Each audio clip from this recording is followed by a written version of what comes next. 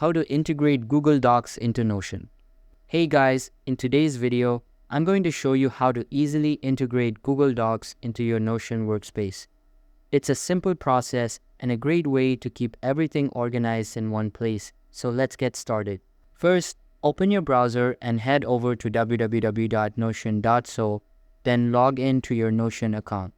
Once you're inside your workspace, open the page where you want to bring in your Google Doc. You can either use an existing page or create a new one. Now, click on the page and type /Google. A pop-up will appear with an option for Google Docs. Click that. Notion will now prompt you to connect your Google account.